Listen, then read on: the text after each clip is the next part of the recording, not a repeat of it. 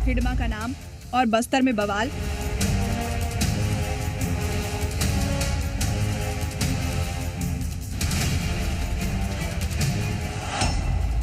विचारधारा या महिमा मंडन। जो जल जंगल जमीन की बात करेगा उसको समर्थन मिलेगा, और जो जल जंगल जमीन की लूट करेगा उसका विरोध होगा। देखिए, कांग्रेस हमेशा नक्सलियों के साथ में रही है और ये जीरम घाटी के नाम पर केवल घड़ियाली आंसू बहाती है। भूमकाल की याद में हिडमा का क्या काम। नमस्कार, आप देख रहे हैं जी मध्य प्रदेश छत्तीसगढ़ और मैं हूं आपके साथ तृप्ति सोनी। जगदलपुर में भूमकाल स्मृति दिवस की रैली के दौरान बजा एक गाना और शुरू हो गई सियासत। माओवादी लीडर माड़वी हिडमा की मौत को महिमा मंडित करने वाले कथित गाने का वीडियो सामने आया है, जिसमें कुछ लोग नाचते दिखाई दे रहे हैं और पास ही पुलिस बल तैनात है। अब इस पूरे मामले ने राजनीतिक रंग ले लिया है। आज चर्चा इसी पर, पहले देखिए ये रिपोर्ट।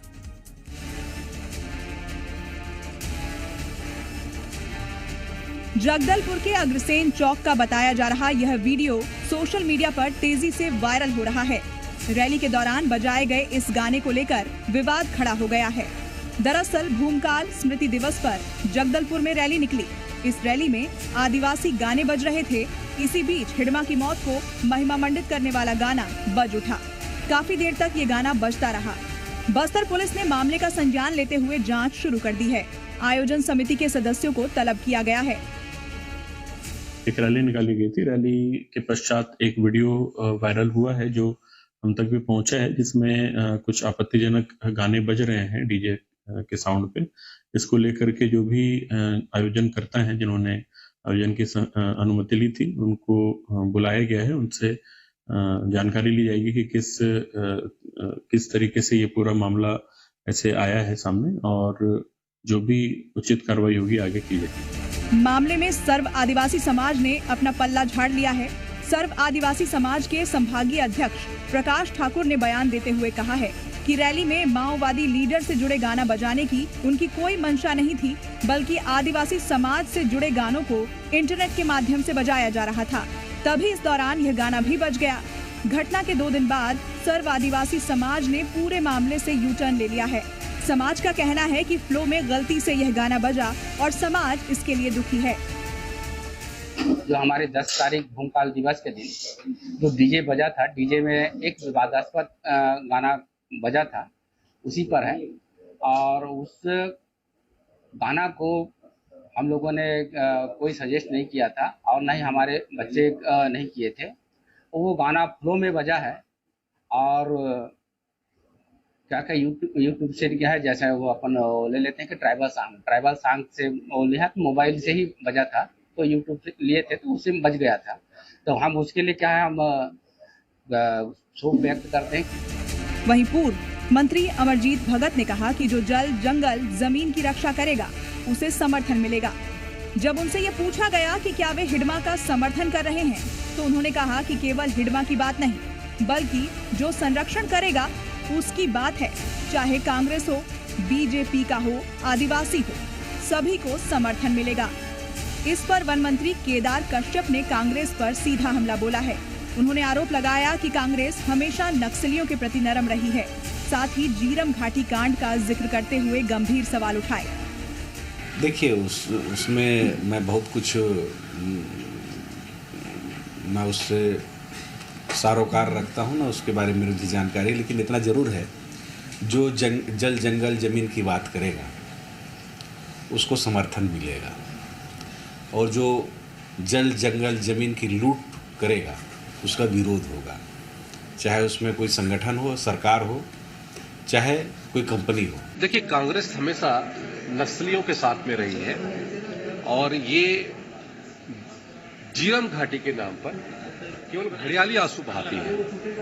ये इस बात को साबित करता है, चाहे वो उनके क्या कहते हैं जो मध्य प्रदेश के पूर्व मुख्यमंत्री दिग्विजय सिंह जी हो, चाहे वो क्या कहते हैं वर्तमान में इन लोग हो। हम ये तो कहा करते थे कि इनके पास में जीरम के पूरे क्या कहते तथ्य उनके पास में मौजूद है।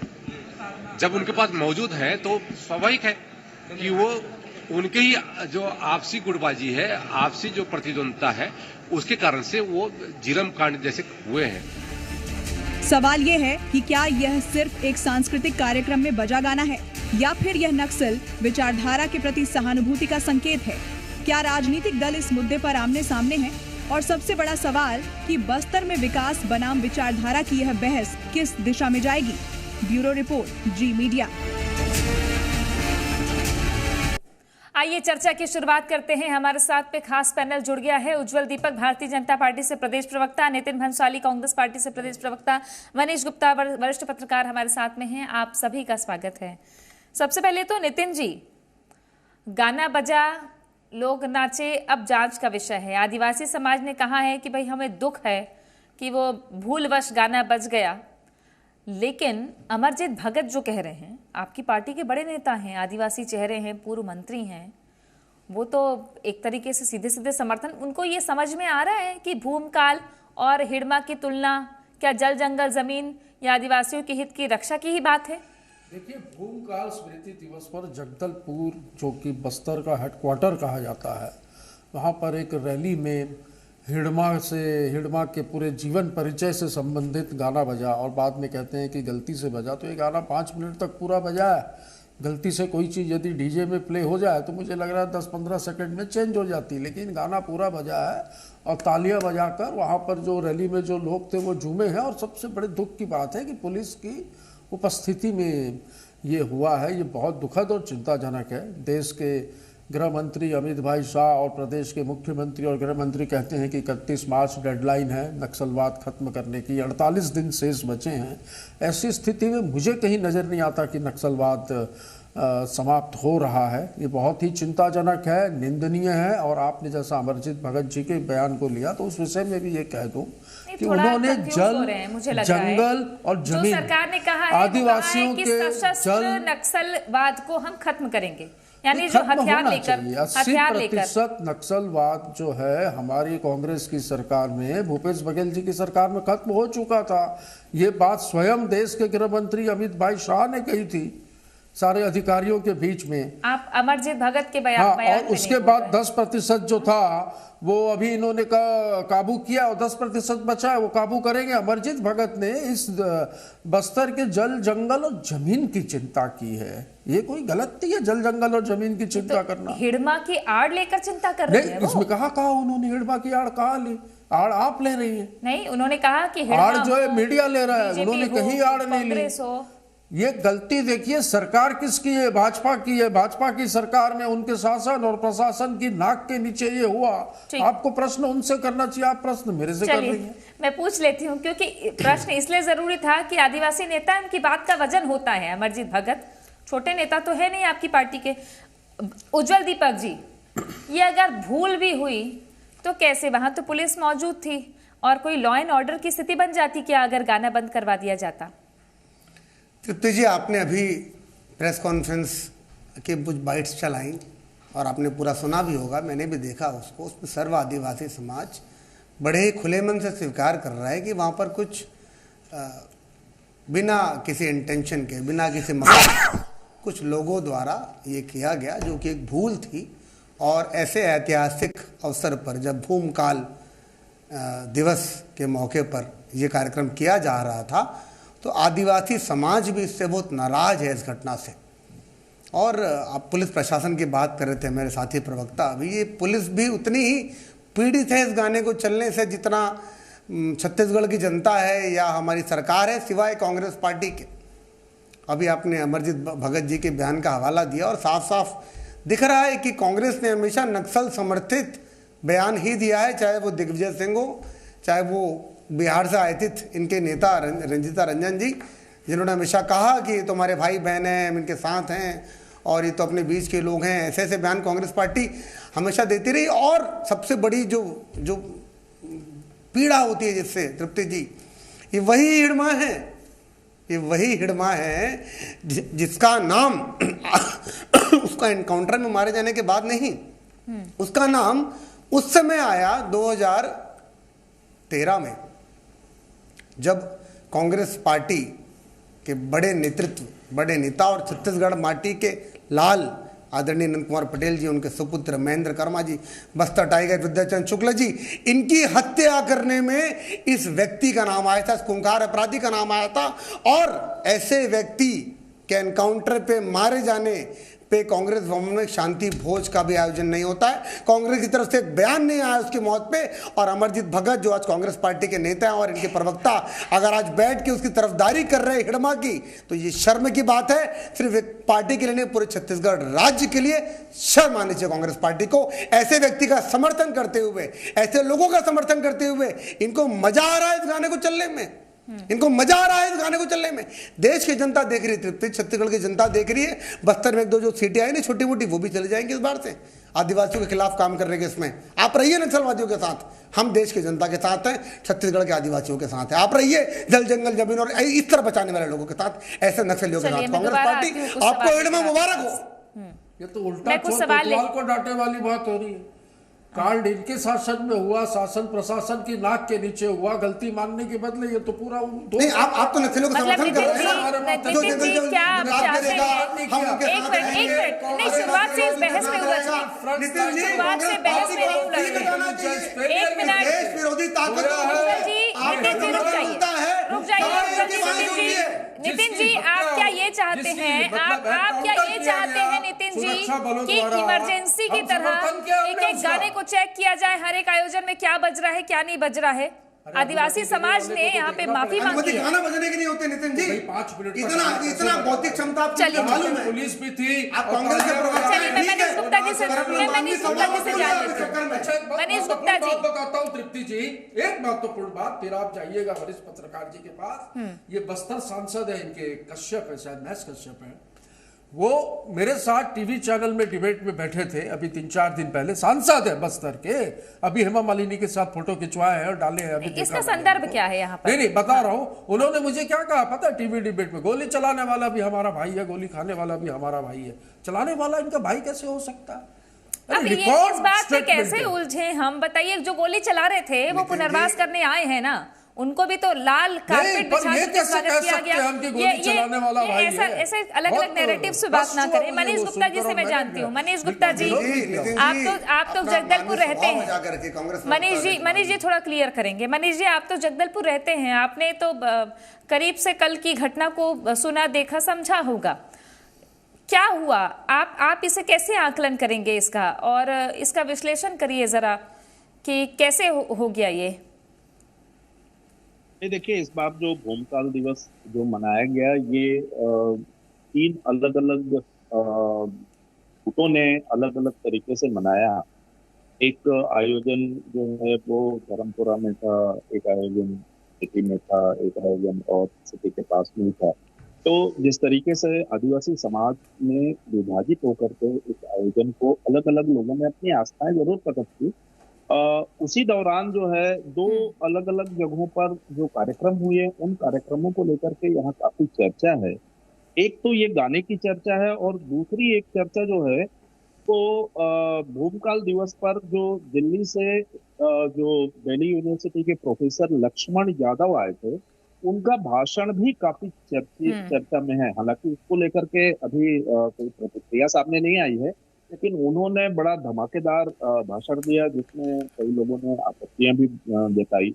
आमतौर पर भूमकाल के लिए जो कार्यक्रम हुए उन पर प्रशासन जो है सब सुरक्षा की जो मतलब अनुमति दिया कि भाई आप रैलियां निकालिए और आप अपना आस्था प्रकट कीजिए।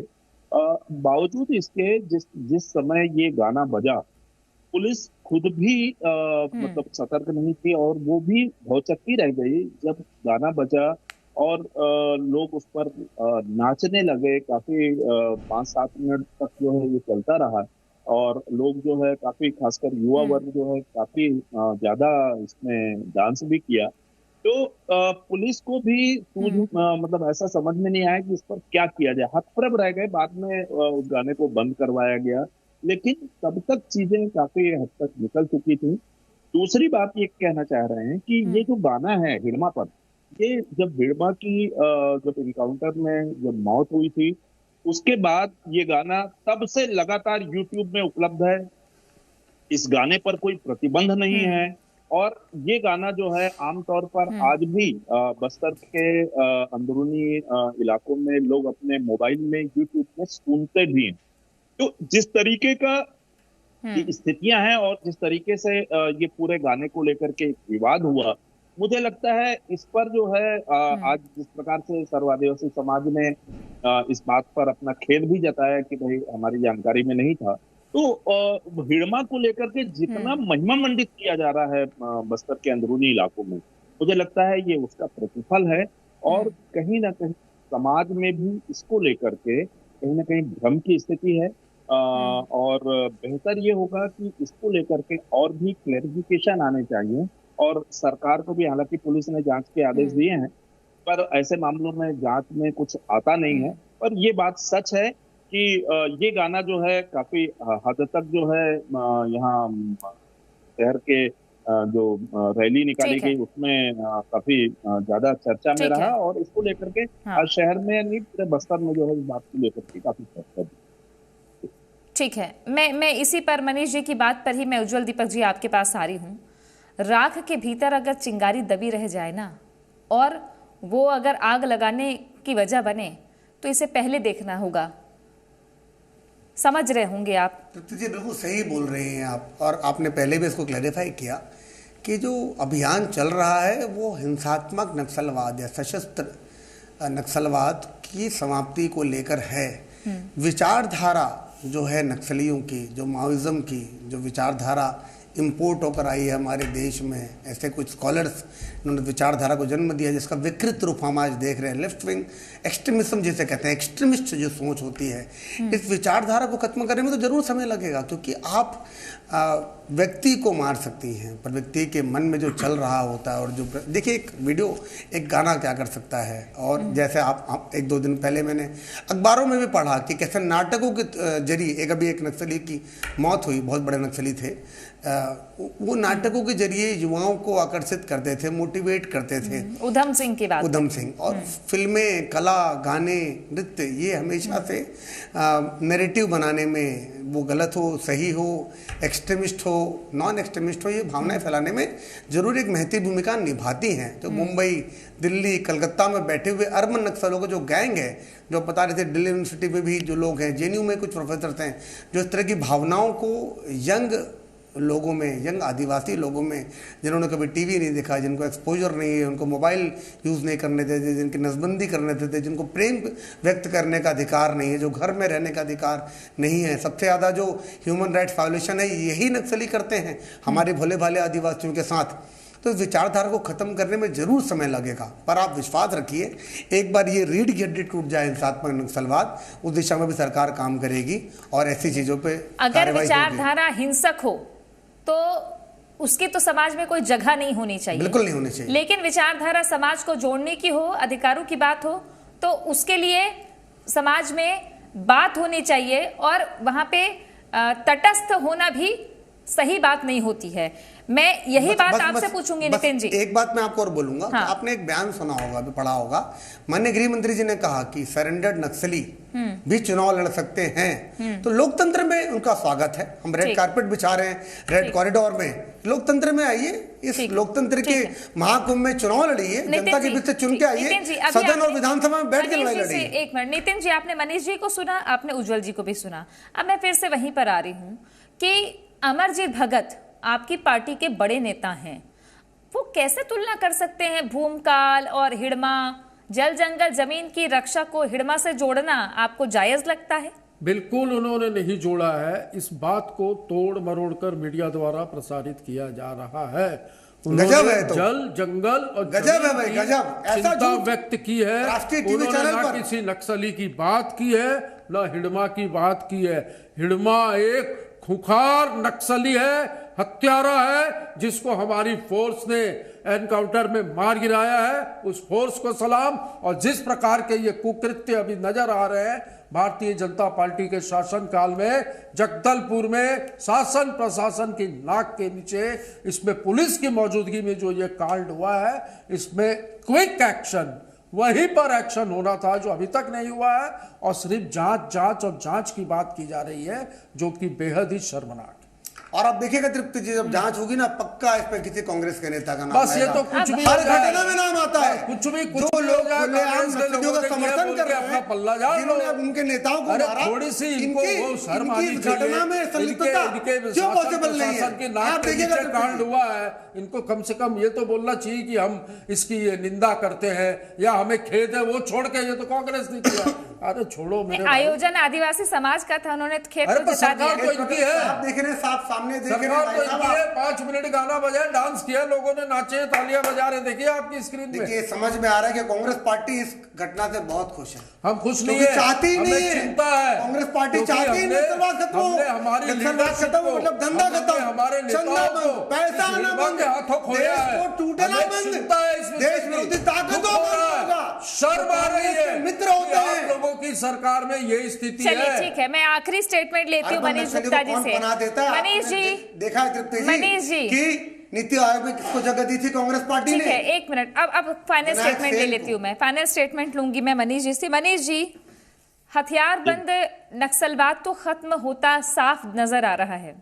आपने भी देखा कि भले वो मौत मिली हो या पुनर्वास का मौका मिला हो, जो भी उन लोगों ने चुना जो जंगल के भीतर सालों से रहे, लेकिन जो जड़ें हैं, उन जड़ों को आज की पीढ़ी तक उसका असर होना, ये कैसे खत्म हो सकता है? इसका विकल्प क्या है? और ये इस विकल्प को खड़े होने में कितना वक्त लगेगा?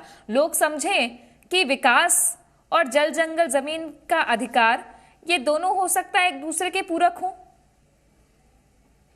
निश्चित रूप से देखिए, आपको नीतियों में परिवर्तन करना पड़ेगा। जिस तरीके से बस्तर में अब तक जो है वो विकास से महरूम रहा है, बस्तर को विकास के एक नए सांचे में आपको ढालना पड़ेगा, जिसमें बस्तर के लोगों की भावनाएं जो है वो उसमें शामिल हों और निर्णयों में वहां के लोग शामिल हों, मूल आदिवासी शामिल हों। ये कहीं ना कहीं सरकार को इसको जोड़ना पड़ेगा।